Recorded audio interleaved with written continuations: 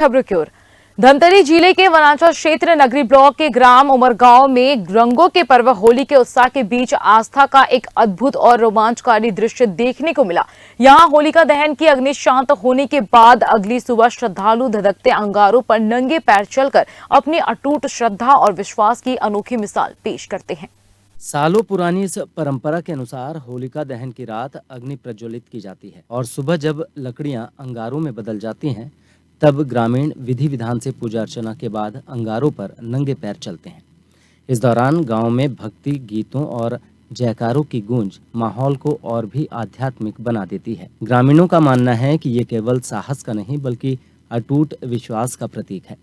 उनका कहना है कि अंगारों पर चलते समय उन्हें किसी प्रकार की जलन या पीड़ा का अनुभव नहीं होता, बल्कि एक अद्भुत आत्मिक शांति का एहसास होता है। स्थानीय बुजुर्गों के अनुसार ये परंपरा पीढ़ियों से चली आ रही है और हर वर्ष बड़ी संख्या में लोग इसमें भाग लेते हैं।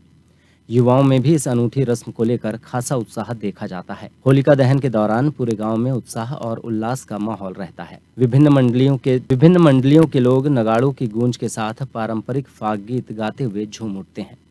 आस्था, साहस और सामूहिक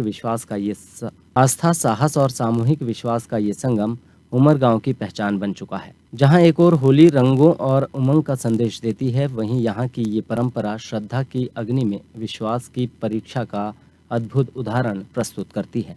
धमतरी जिला के वनांचल क्षेत्र नगरी ब्लॉक से 12 किलोमीटर की दूरी पर स्थित ग्राम पंचायत उमरगांव।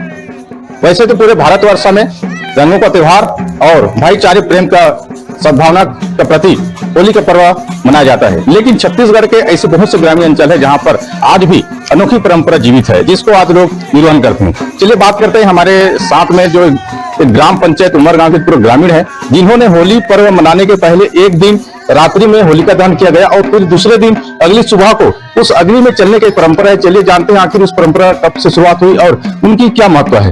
आपका क्या नाम है? मोहन पुजारी, पूर्व सरपंच ग्राम पंचायत। जैसे कि आपके गांव में एक होली पर्व मनाने के पहले एक दिन होलिका दहन किया जाता है, उसकी अगली सुबह अंगारे में चलने की परंपरा है, क्या इसकी महत्व है बताएंगे?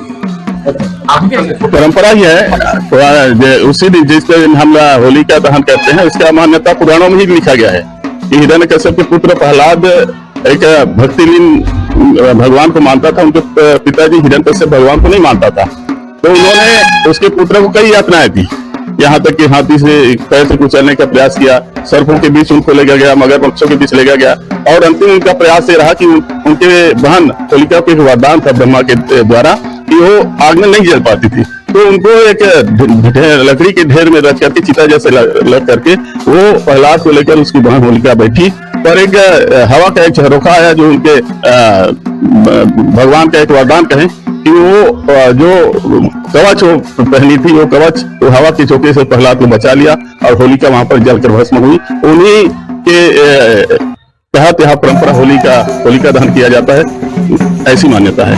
ये दैविक शक्ति भी कहा जा सकता है, या भगवान के ऊपर एक आस्था रखने वाले जो उसमें चलेंगे अंगारा में वो कभी नहीं जलता।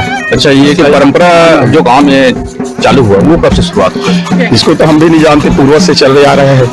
अच्छा, अभी तक ऐसे कोई घटना है जो कोई पीड़ा हुआ होगा, कोई जलन हुआ होगा? नहीं, आज तक ऐसा कोई घटना नहीं हुआ है। एक आस्था का विश्वास बनाए हैं, उन्हीं आस्था के द्वारा आज हम लोग भी एक आस्था बनाए रखते हैं और जैसे भक्त प्रहलाद बच गया उतने अंगारे में, उसी तरह हम लोग भी एक आस्था से उस अंगारे में चलते हैं और हमको कोई जलन नहीं होता। हर कोई इस बात को अगर हम बताएंगे तो आदमी विश्वास नहीं करता, लेकिन हमारे गांव में हर कोई व्यक्ति यहाँ आस्था के साथ चलते हैं और कोई नहीं जल पाता।